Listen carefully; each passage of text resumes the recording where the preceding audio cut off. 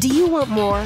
More time, more balance, more love, more sex, more money, more real, and less bullshit? This is the Women Wanting More podcast with Dr. Karen Osborne. Real life, real stories, plus real tips to get you more of what you want.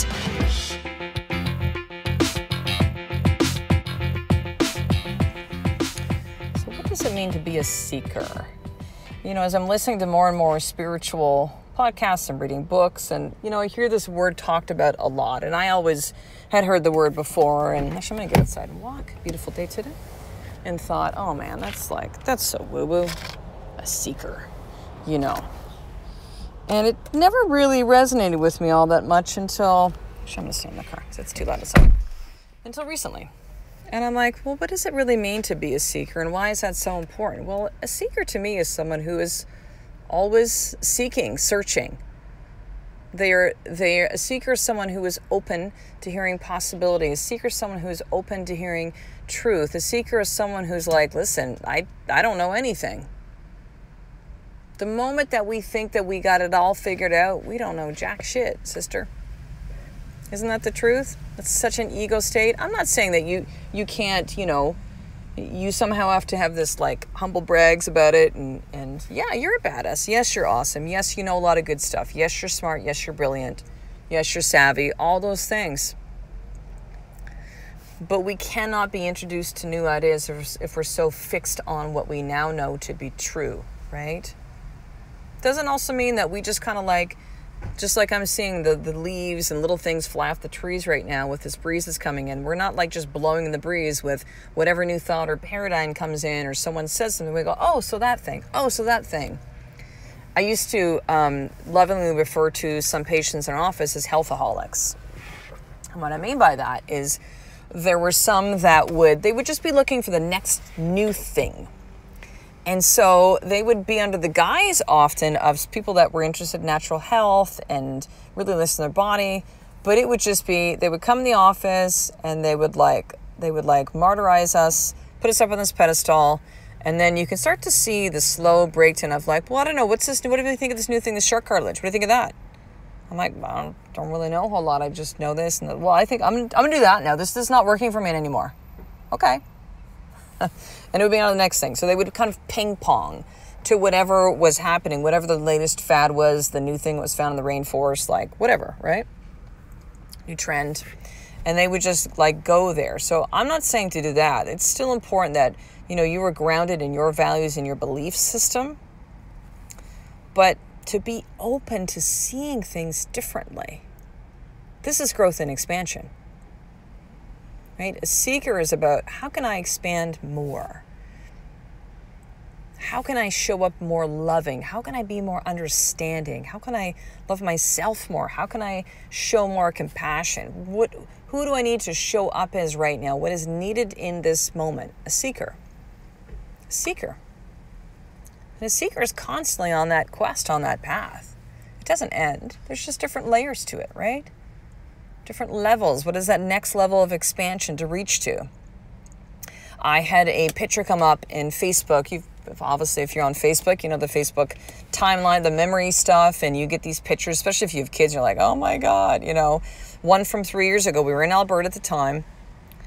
There's two pictures. There's one with me, with our youngest son, Kai, so Kai turns 5 in, what is today? He turns 5 in about 3 weeks. And so it's just before, 3 years ago, just before he turned 2. Just a little dude. He's so pudgy and, big cheeks. So cute. And then there's a picture of my big boy, Tyson, who's 7.5. So he would have been 4.5 in his jammies with this rad bike helmet, which he still has, but it still fits him, that one. And he's riding his bike with training wheels. He used to like to ride his bike to the park. And we were in Alberta. And I remember what it was like. But yet I look at that picture and I go, man, our life is so radically different 3 years later. I'm not the same person. My husband's not the same person. We've expanding our vision to what we thought was possible. See, 3 years ago, I was like, I'm in practice. I think we had just listed the practice maybe a couple months before that. I want to say maybe May of 2015. And it was hopeful, but, the way that it actually ended up going down was not the way that we had it planned. We had planned to actually sell it. And because we had deal after deal, like, kind of nth hour they fall through, suddenly someone needs shoulder surgery or they change their mind. And it's like, what is happening? We literally closed the doors of our practice May 31st, 2016. Closed it. No sale. 14 years building up that practice and just walked. Wrote out checks. Had to keep paying out that lease. Had to negotiate that. Keep paying out equipment. Some patients that paid in advance for their care. Wrote out checks to them. Like, we lost a boatload of money when we did that. But we knew it was necessary. As crazy, as scary as it was to do all of that, it's allowed us to be able to expand to this place. It was necessary to kind of cut that. The practice was really kind of like an anchor in our lives at that point. It was just no longer something that was serving who we were, who we are. And, it was not the beginning of the path of like seeker. I think I've been on that path really since my early 20s. Ever since I started reading books.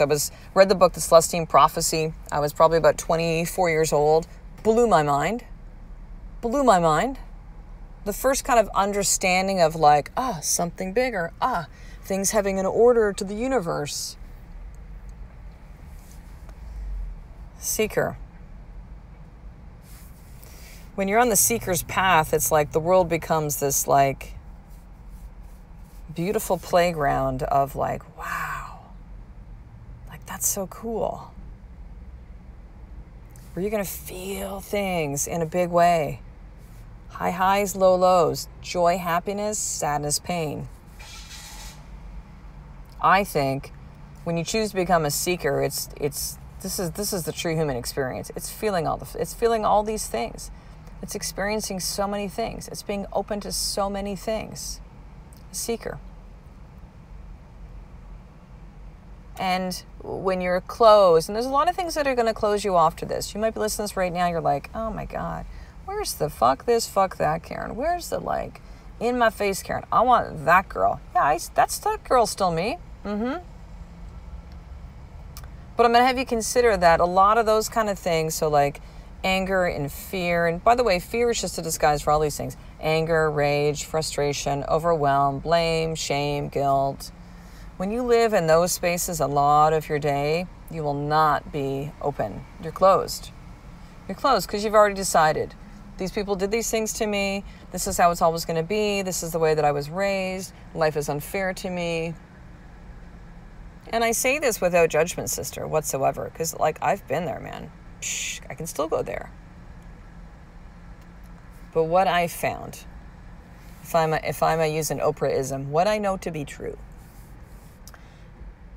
is that being in a place of just being like, you know what, I'm a seeker. Like I'm just open to learning and hearing and understanding people and expanding and being used as I used to in this life to bring more love into this world. That life feels sparkly, like life feels special, life feels different to me in this place that I'm in right now at the age of 49 that I ever have in my entire life. And it's sustained feelings of this. It's not like, oh my God, a baby's born, that's so great, or oh, we got married, or oh, this happened, or oh, this is happening in business, it's so cool. And like, it's like a blanket of peace and calm that I've never experienced in my life. Seeker. So here's your more tip for today. It's just simply this. It's a decision of, do you want to choose to be a seeker in your life? And you don't have to either way. Like, listen, sister, what serves you? This podcast is about me sharing what served me, the lessons I'm learned, and sharing this with you. With my intention to open up your mind, with my intention to maybe at times like to hear things that you're like, oh, I don't really like that, right? To really speak truth. I don't have any premeditated, like, this is what I'm going to say in the podcast next, this is what I'm doing then, this is the more tip is. I literally have a topic and just start speaking. And honestly, a lot of stuff at times, as weird as this may seem, I feel like it comes through me. Yeah.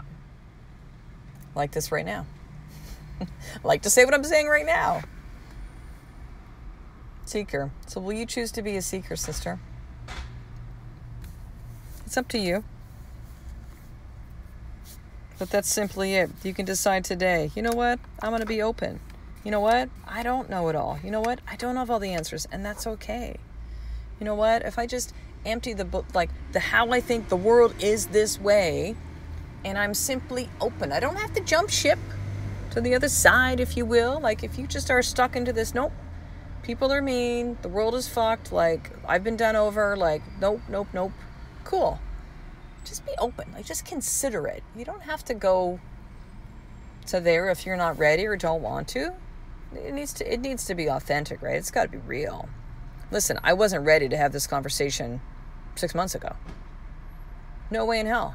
I'm like, dude, that's so woo-woo. I'm open to a lot of things, but like, come on, let's deal in reality here. Head in the clouds. I get it now. I get it. So will you decide to be a seeker or not? You know, the sisterhood too is like literally, these are women that are seeking, right? That are seeking to, when I created this and I see this now, it's just, they're seeking to like, how do I create what I want in my life? And when you do this around others who are like you compress time. It allows you to get there faster. We're all one and connected. You try and do this in isolation, it's impossible. It just doesn't happen. So I created the Sisterhood for that, which is a group coaching program for you to be around women who are like you, who are seeking out some of these same things. So here's what I want you to do. If you're not in the Sisterhood yet, go right now. You get to actually try it out for the first 7 days for free at drkarenosborne.com/sisterhood. If you're not receiving the newsletter, head right now to drkarenosborne.com/action guide so you can get hooked up. And make sure to subscribe to the podcast. And I would greatly appreciate, sister, greatly appreciate if you leave a 5-star review. There's a lot of podcasts out there right now, right? What's going to cause a woman to listen to this one and not another? And I think there's lots you should listen to. Go consume Oprah Super Soul Sunday. I'm like going through all of them right now. Like, I mean, all of them. And they're just like gold. But I know there's some women that need to hear this message. It's not about me, though. It's about doing this for you and for them. And I would love for you to be a piece of that. So if you can leave a 5-star review, and this helps this podcast be seen by more women that actually really need to hear this message, then sister. And I thank you for that. So I will talk to you next episode. A life of more is one step away from me doing the fucking work and being open to the possibility of being a seeker, sister, every single day. I love and appreciate you. To get the show notes of each Women Wanting More episode, including the How to Get More tip, subscribe to the newsletter at drkarenosborne.com/newsletter.